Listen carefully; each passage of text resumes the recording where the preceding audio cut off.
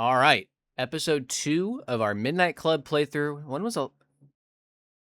You know what? Let's try this one more time. This is a Jetsetter music letter from me to you. This is a Jetsetter music letter from me to you. This is a Jetsetter music letter from me to you.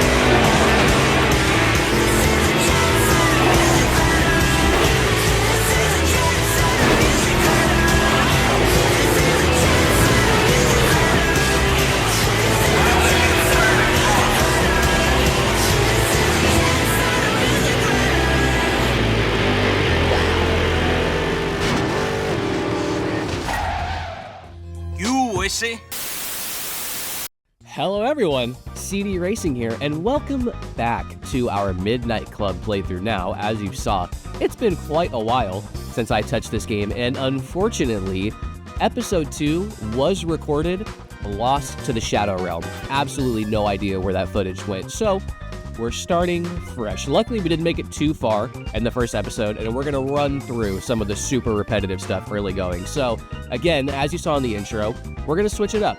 First car this go around, we're going with the 6-4. And you know, there are reasons why. One, this thing can look pretty sick once you customize it, and I'm glad to get into it. And two, last playthrough, we bought the Jetta first time out, and I recognized within 3 races. That's too easy! So we're back in the big-bodied Bertha to see what we can do. And we've got $500 left over after buying the car, and I kind of perused around the performance shop to see if there was anything we could do to make this thing slightly less buns, and not really. Gear kits, transmission, suspension, all very expensive, but engine upgrades. Intake is available for a little bit extra acceleration, or headers, which kind of do the exact same thing. Exhaust can be bought as well. All to be considered to make the car much faster and give us any chance we can. So obviously, I bought new wheels with all of the cash that we had. You thought I was going to upgrade the car? No. This is a Midnight Club. Form over function any day of the week. You think that I'm going to take to the streets of San Diego and an Impala with stock wheels? They would chase me all the way back to Texas. First race, rites of passage in the Impala. Did we fare any worse than when we bought the Jetta? We'll find out right now. And the answer is absolutely not. As you can see from the minimap there, not even close. Now, the first race of the game is meant to be a little bit easier, and I actually sat here to see how far behind they were in a stock Impala, and look at this gap. They are just now finishing out significantly behind us. So I have a lot of faith that we're going to be all right, even if we're in the Impala. And I told you we're going to speed run some of these early races. You don't need to see every single one. So Bishop finished last, so I decided he had to go first. So we went ahead and met with him out on the streets, and I was reminded that even on just the path to the race, Midnight Club never lets you breathe as far as the chaos goes. So we're on the way to follow Bishop here, and he is taking way too long. I know he finished last in that race, but I know that GS 430 can go faster than what we're doing right now. So I took it upon myself to fly into oncoming traffic and realize we are going the wrong way. Bishop is absolutely soaring away from us. Hit the cleanest drift I've ever hit in Midnight Club, and then got this message: you're too far away. I did not even know that this was possible. We lost before we even started the race. How does it happen? So, round 2, try and follow the saying, patience is a virtue, and just wait for this dude's slow ass to finally take us to the race. On our way, following him through the streets of San Diego, I'm very excited to really get back into this playthrough. Schedule's released quite a bit, and starting in the Impala always makes things easier, as Bishop just takes it among himself to take out every car in our way. Man, this is gonna be the... Oh! So somehow, despite rear-ending a Corolla and getting T-boned by a passenger bus, Bishop is still ready to race, and I gotta say, I'm already done disrespecting him, because I probably would have called their raps right about there and just gone home. whatever he put in this Lexus to withstand a collision from a bus, I need that guy's number ASAP Rocky. Now, as far as the races go, come on, y'all. You know it's not going to be that hard. It's Bishop and it's us driving. So, race 1, we go and we win. Not much to talk about in that race, as you can see from the mini-map. Absolutely blew the competition out of the water. Second race, the going was going quite well. Again, mini-map, bottom left of the screen, quite the gap. And I've got the handle on this Impala until I send it far too hard over a jump with too much angle. Hit the nastiest turnaround I've ever hit in my life and proceed accordingly. We got 1 lap less in this race, and you'll notice now the sound is back. I sped through the intro of this, 1, because we've done it before, and 2, I forgot to turn on my desktop audio in OBS until the start of this race, so we didn't have audio anyways. Now, this is a race where things got slightly interesting towards the end, so we'll pick back up for the latter half of this one, and then we'll actually touch on these races for the rest of this episode, in case you guys were looking for some more intense racing action. Now we're back in Midnight Club. Sound is on. We're going to try and figure it out as the series goes. If you guys feel that the car is too loud, the music is too quiet, or my voice is too loud, whatever, let me know. Because sometimes in Premiere Pro, the audio sounds a lot different than when I finally export it to YouTube. So if it sounds weird on y'all's end, just let me know and I will adjust it. But for now, we are racing, we're keeping the pace, and we're trying our best to get through this as quickly as possible. Because as much as I love this Impala aesthetically, I hate driving it. So, rounded out, successful race 2 in the books. Race 3, rounding out Bishop very, very quickly. How does it go? Just about the same as the first 2, believe it or not. Minimap, one more time, quite the gap going into this one. We caught on here 1 because this scene is sick, drifting between an active trolley and someone getting pulled over. And it would appear the cops did not like us driving on train tracks, couldn't tell you why.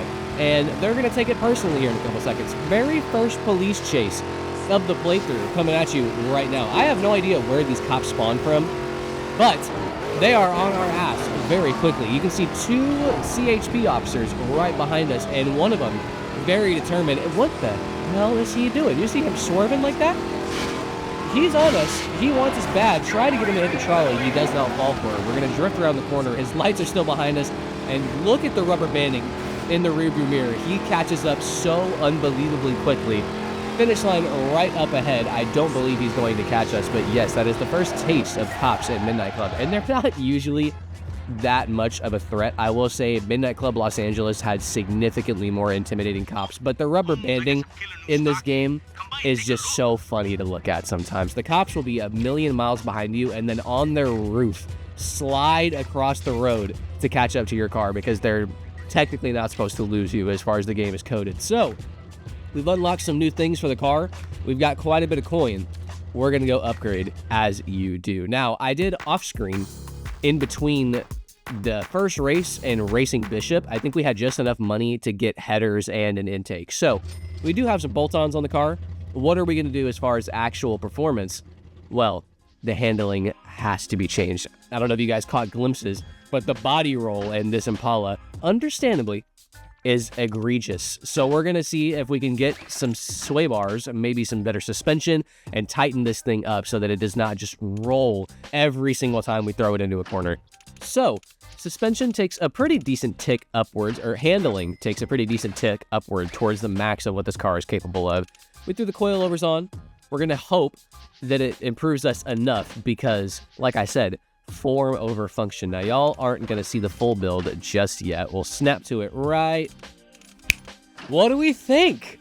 No, I'm just messing with y'all. I'm not going to have this thing on 14s, but it does look pretty funny. We are going to round out the actual build, and I'll show you the latter half of the build process. Again, any recommendations or questions or how y'all want this series to play out, let me know. I usually skip the building process just because, especially for some of the later cars, I take my time. I want my car to look good, and it's quite the process of me building these things. So if you guys want to stay with me when I'm building these things and just have me voice over it, let me know. But for now, I'll skip some of the bigger stuff besides right at the end where I'm just messing with these tire profiles, dimensions, and stuff.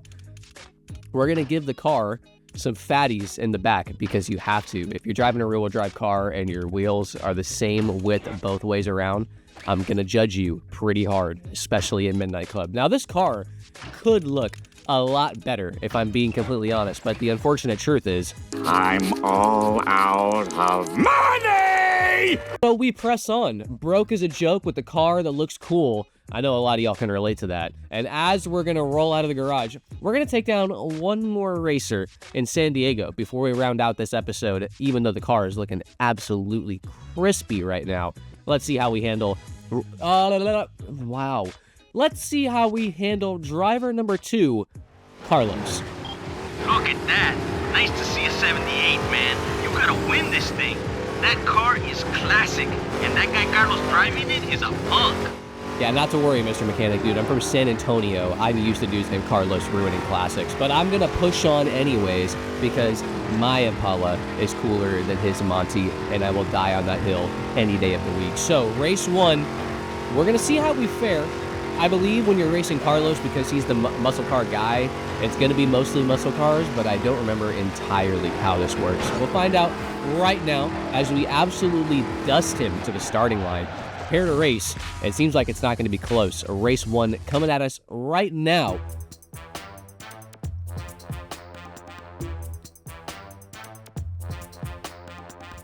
Man, Rockstar had no reason to make those transition songs so fire, but we've got a job to do.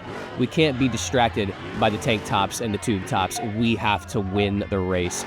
So, lights go green, the hands go down, and we've got a freeway race. Freeway race ahead of us. English is not our strong suit, but driving is. As we fly down the highway, I love that even though the PS2 couldn't natively handle this many... Oh my god! Carlos immediately taking out a family of 4 while racing on the highway. Very lore accurate and back-to-back accidents. What the hell is going on here?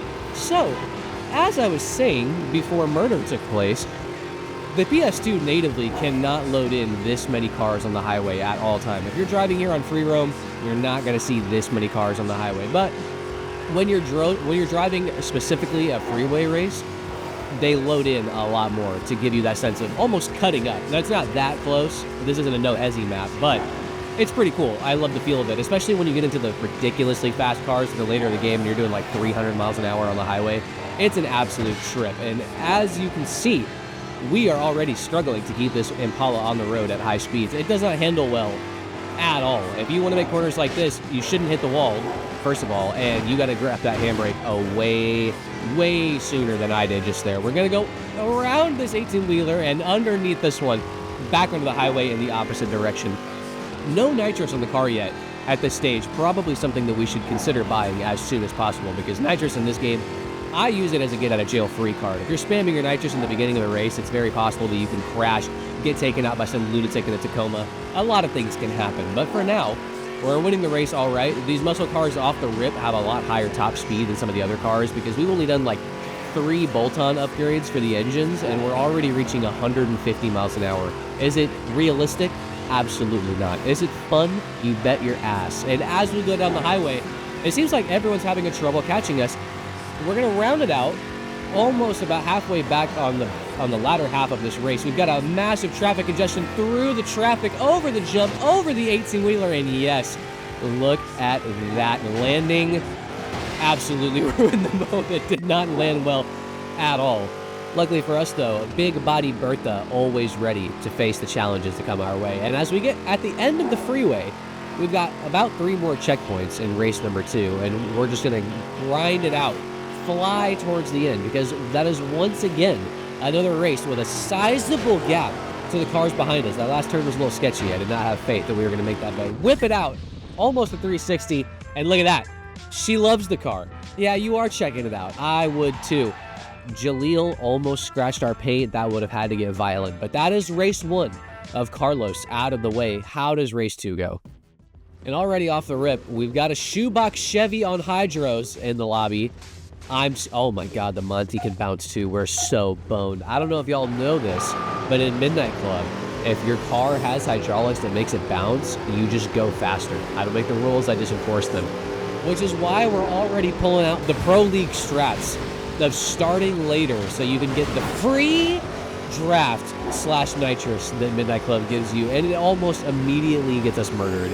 It's wild out here. Look at this. We're doing 150 miles an hour across the highway, back towards the beach. We've got 4 muscle cars, now 3 muscle cars in front of us, actively trying to take us out while we win these races. If you've never played Midnight Club before, I actively encourage you to download a PlayStation 2 emulator and obviously 100% legitimately and legally find a PlayStation 2 BIOS code and start playing this game.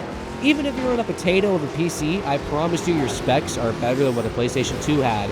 You can play this thing upscaled to 1440p, maybe 4K, depending on your graphics card, but it's always going to be better. Quality of life changes, there are updates within the emulator. This game is fantastic.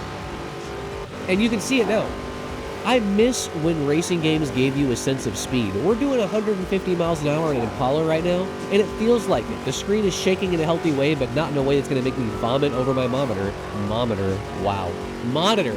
So scared that I can't speak because the cops are back once again. And this one seems like he's a lot better at his job, pushing us towards the wall, all the way to the checkered flag here. End up getting the win anyways. Talked over the whole race because it was a very quick one. But the competition right behind us, unlike some of the other races, and this cop is just not... What the hell is he doing? Oh my god, police brutality. Man, who would have thought that Midnight Club would have made a political statement?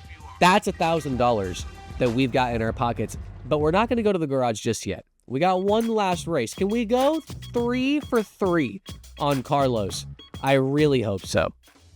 All right, race 3, final one for Carlos. A bunch of mad lads standing in front of our cars like we're not about to rip out of here way too quickly. They clear out, arms go up, arms go down, and we launch the car. And yes, we are going immediately back to the Pro League strats of delaying our start so that we can get that free boost. Because without nitrous, in this particular car, the acceleration is so bad that unless you start at 125 miles an hour, it takes way too long to get there, which is another reason why I don't like driving some of these muscle cars.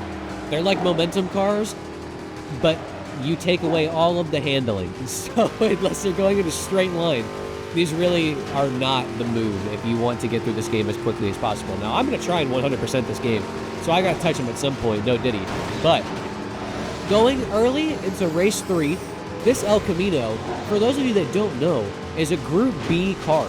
I have absolutely no idea why we're racing against this thing, but he is quick. Too quick, actually. Cops are on us again. Cut the turn way too short. End up losing time to, you guessed it, the El Camino. He goes flying right past us, accelerates away so quickly with no nitrous that we can't even get the slipstream off. But we have the chance to catch him. This race is almost over. But I'm assuming they didn't make us race this car if he had any sort of upgrade. So a stock El Camino versus an Impala with bolt-ons and some eBay coilovers.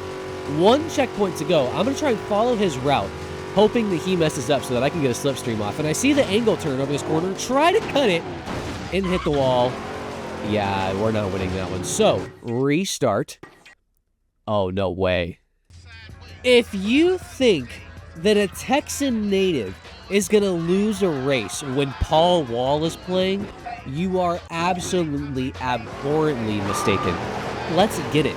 Race 2. I refuse to lose to this El Camino again. And as you can see, off the rip, he's off to a fantastic start. Now, I was so jazzed about listening to Sitting Sideways while racing that I forgot to do my strat. But it ends up working anyways, because we get to draft around the first corner, sliding into this section. Look at that drip into this section. I told y'all, Paul Wall gives Impalas superpowers. I don't make the rules, I just enforce them. Now, this is a very short race. We're basically going to go through these alleys, hit the jump in the amusement park, turn around, and come back the other direction. That is very, very common in some of these earlier Midnight Club races. Once you get to Atlanta, and especially, oh my God, Carlos, you absolute mad lad that almost killed both of us. I gotta respect it. Cops back on our tail, hitting the same wall, flipping the car, but we're not gonna give up. We gave ourselves a little involuntary chop top as I tried to take the cop out for reasons I could not really tell you. And it looks like at the moment we might not win this race. But yeah, early goings in Midnight Club, until you get to like Detroit, you don't really have races longer than like 10, 15 checkpoints. It just does not happen. Now, third place, about to be fourth, with 2 checkpoints to go. Most people would give up, not the kid. You know why? Because the El Camino is behind us, and I know he's the only threat here. We're going to follow his racing lane once again. Hold the slipstream. You see the jump shortcut over the El Camino, barely missed the guardrail, teleport onto the track, and win the race. At the absolute... And look who we finished in front of. Paul, I'm so sorry. Your song guided me to win that race, but if you were driving an Impala, you probably would have won. Once again, I don't make the rules, I just enforce them. And that rounds out 2 of the San Diego challengers to come our way at the start of this career mode. Now, I know we're still technically behind where we left off last time in the first episode, but that's probably going to be the end of the racing action for this one. Game plan for next episode. I'm thinking we take out Vanessa in the tuner cars to round out the initial San Diego challengers. And as soon as I stopped recording this episode and left the garage, we did get invited to the very first tournament of the game. So I'm thinking next episode out, we take out Vanessa, conquer that tournament, and take out one more racer who dares to challenge us. We might even buy a new car. What do I know? Nothing yet, because I haven't even recorded that episode. Everything is up in the air, but this is the end of the episode. I know this is a little bit shorter than most of the videos that make it onto this channel, and that's kind of the intention. These Midnight Club and Gran Turismo episodes, I'm just going to, across the board, make a tad bit shorter because it makes them way easier to bang out on a much more consistent basis, and they're very fun. So it gives me an excuse to play the game as often as possible. But for those of you that made it to the end of this video, if you have any questions, comments, concerns, this channel is still pretty small. I promise you, I see every single comment that makes its way onto these videos, and I will respond. So let me know what you liked. Let me know what you didn't like. Was the audio good? Was it not? Do you want to see a certain car? If you vote for a particular car and nobody else votes for something different in the same class, we'll do it like that, right? Class B tuners, lock in your vote now. Class C tuners, literally the next car that we're going to buy, lock in your vote. And if nobody else comments something different with more likes, you win. It's that simple. So, thank you guys so much for sticking to the end of these videos. As always, I really do appreciate you guys that stick towards the end. It helps the channel out a lot. But what helps the channel even more, if you enjoyed, please feel free to heel toe that like and subscribe combo. I drop arcade playthroughs, teaching-based simulator games playthroughs. I do it all on this channel, and I'd appreciate it if you stuck around. I'm CD Racing. Thank you so much for watching, and as always, I will see you in the next one.